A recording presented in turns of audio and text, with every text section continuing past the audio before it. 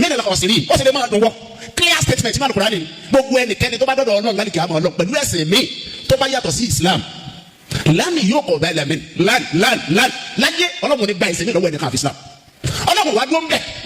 ìwọ àfa ṣé kébù òye wọ ni wọ́n wà fẹ́lẹ́ àkàrà tí kò sí rí tó o bá mẹ́sìn mí ìdíwájú ọlọ́run lálẹ́ kí a mọ̀ tí o ti kì í ṣe Islam nínú ẹni tí ó ṣòfò lẹ́ni náà wà clear statement. ọlọ́run tẹ́mi ọlọ́run ṣe òun ni pé mo jẹ́ kí èdè pọ̀ láyé mo sì jẹ́ kí ẹ̀yà pọ̀ láyé èmi ni mo design ẹ̀ bẹ́ẹ̀ o ò dẹ̀ ní agbára lórí tọ́ba àlejò ọlá design torí bẹ́ẹ̀ gbogbo ẹni tó bá ti jẹ́ níbọ̀ ẹ̀dá ọlọ́run ni o sì gbọ́dọ̀ bá gbé pẹ̀lú dáadáa àkọ́kọ́ mi nígbà tá a ti dáwọn níbọ̀ wa mọ̀ ẹlẹ́ẹ̀kejì. ẹ wá sọ kí ó kágbọ́ ẹ sọ kí ó kágbọ́ lẹ́nu yín pé ẹ fẹ́ sọ kí ó ẹ jẹ́ sọ kí ó ṣẹ́jú díẹ̀ ká tiẹ̀ fi mà ẹ ka Kùránì ìṣẹ́jú díẹ̀ ká fi mà ẹ tọ́wọ́ ànábì ìṣẹ́jú díẹ̀ ẹ má fi wákà bọ́ ẹ má sọ náà bẹ́ẹ̀ sí máa sún ẹ sì máa ń làágùn ìrẹ́ni tẹ́wà nínú èsì báyìí tí sì ń làágùn mẹ́ àbẹ́ntó ìgbé bá yanjú ìyàwó rẹ̀ lọ tí mo kọ́kọ́ tẹ́wà nínú èsì báyìí àwọn ẹgbẹ́ kúrò bàdá o sáà sẹ́fọ̀ ọ̀dọ́ yìí mo ti rí tààgùn jáde lórí nínú èsì ẹ wá sọ̀rọ̀ tí ọ̀dà lásìkò tí gbogbo nǹkan balance lọ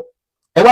àdàparọ́ tẹ́ ẹ̀ pan làwọn ayá yọ o ẹni bẹ́ẹ̀ lómi tí ó gbọ́ àlọ́ yóò rò pé bẹ́ẹ̀ náà ni tó ṣe pé ní tẹ́ ń sọ bẹ́ẹ̀ náà ló ti rí ẹ̀yin tako Islam lábẹ́nu ni tí ọmọ ta lọ́lọ́ yẹn ọba fi kámẹ́rà ká yín lẹ̀ níjọ́ tẹ́ ń sọ pé fọkànbalẹ̀ ọgbà nọ́mbà ẹnìkan kò ní ìmọ̀ kẹ́yìn lẹ́ ń fún ní fọkànbalẹ̀ lábẹ́nu ìwọ̀n bẹ́ẹ̀ nú àwọn tí wọ́n jọ́tẹ̀ Islam báwọn tó ìpọ́dọ̀ yín náà gbogbo wọn padà masasi.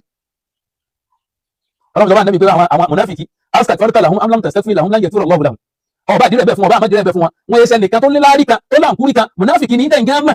tí wọ́n sọ lójú ìdẹ́yìn gán kan fáwọn ẹ̀mọ́ wà ń bẹ̀ lọ́dún tí wọ́n wà mítìrì nínú ọjà bámbàgà tí wọ́n jẹ́ ẹ̀mọ̀ pé mùnáfìkì ní ẹ̀yìn náà jiyàn sẹ́wọ̀n ọmọ ṣẹṣẹ mùnáfìkì yuhibbuna an yuhmadu bima lam yaf'alu níta ẹ̀sẹ̀ tẹ́ẹ̀fẹ́ táwọn ọmọ kìí fún ìní pé wọ́n sọ pé ìgbà tí mo mú sọ̀rọ̀ tí ń ṣe wá sí òun náà lọ sọ pé àwọn kèfèrí wọ́n sófò ẹ̀ńtẹ́ bá ti gbé Islam déwájú Ọlọ́run alákọ̀ọ́kọ́ ẹ̀sàbò sí bàbá yìí àbí kẹ́ẹ̀ túbákẹ́ tó lọ orí mímbà ní ìmáàmù Ògbómọ̀ṣọ́ wà wọ́n wá yanjú ọ̀rọ̀ àlìjànú àwọn olàjànú bóò ní Islam sọ pé ká bá wọn lò ibo ni wọ́n máa jẹ́ sí ibo làwọn gbọdọ̀ jẹ́ sí bóò ní bá jọṣepọ̀ tí ń bẹ láàrin èèyàn àtàlìjànú ẹ́písòdì alákọ̀ọ́kọ́ ẹ bá ọ̀rọ̀ náà lórí YouTube àgbédìí ẹ̀wá náà ní play video wọn kankan nítorí àgbédìí ẹ̀wá inú ọ̀rọ̀ yẹn tẹ́fí sọ̀rọ̀ àlìjànú ẹ́písòdì alákọ̀ọ́kọ́ ibẹ̀ náà ti wọ́n ka áyà tí ń sọ̀rọ̀ ń pọ̀ ọ̀rọ̀ Islam pé man yabtaghi ghayra al-islami dinan falan yuqbala minhu wa huwa fil akhirati minal khasirin ṣé ká má tutù Kùránì mọ́ ṣé ká má tutù Kùránì mọ́ tani bá gbé ẹ̀sìn míì dé níwájú Ọlọ́run lálìkìyámà ọ̀rọ̀ àlìkìyámà ni wọ́n sọ lọ́jọ́ náà nígbà tí wọ́n yanjú ọ̀rọ̀ àjànú wọ́n wá sọ̀rọ̀ níbẹ̀ pé níta àfi ní kí mùsùlùmí dúró lórí ẹ̀sìn rẹ̀ rí ẹni bá gbé nǹkan míì níwájú Ọlọ́run lálìkìyámà falan yuqbala minhu Ọlọ́run ní ìgbà lọ́wọ́ ẹ̀ wa huwa fil akhirati minal khasirin tó bá tún wá lọ́jọ́ àlìkìyámà nínú ẹni òfò náà wà wọ́n bá àwọn ọ̀tẹ́ nínú bẹ́ẹ̀ ṣe ń tẹnu pé yóò sófò ẹmú kí tó ti sọ bẹ́ẹ̀ wá nínú tẹ́lẹ̀ ọjọ́ rẹ̀ wọ́n jọ Ọlọ́run ọwọ́ tọ́bìkì tí mo gbé sókè yìí lọ́jọ́ tí ìjọba wa rí pé ta ló lè bá wa sọ̀rọ̀ síbẹ̀ iná wà nù lùsẹ́ pè yìí ẹ̀yìn òtí jẹ́ tán gbogbo ṣe pè yìí inú tí sì ń dùn yìí náà ọ̀gá tí wọ́n pè yìí wọ́n tọrọ pẹ̀lú mi wọ́n wá pè wọ́n sì fún wọn lẹ́tà pé níta fẹ́ kọ́ wá bá wa sọ̀rọ̀ lórí ni benefit of being a good neighbor àǹfààní táàrí bí kéèyàn jẹ́ alábàgbé eré pẹ̀lú ara wọn bá a ti jọ wà ní Nàìjíríà tó jẹ́ secular kìnní là ń lò ń bẹ tí ò sí pé ẹlẹ́gbẹ́já kìnní kan ní ẹlẹ́sọ̀ ẹlẹ́bọ kìnní kan àjọ wà ní dual religion and you are free to practice any religion you wish ìlàjọ wà ní Nàìjíríà wọ́n wá gbé topic yẹn kalẹ̀ wọ́n wá fi bẹ̀ pé an Islamic perspective ìbájọ gbé àlàáfíà àǹfààní táàrí ń bẹ lójú ọ̀nà wo ni Islam fi wò ó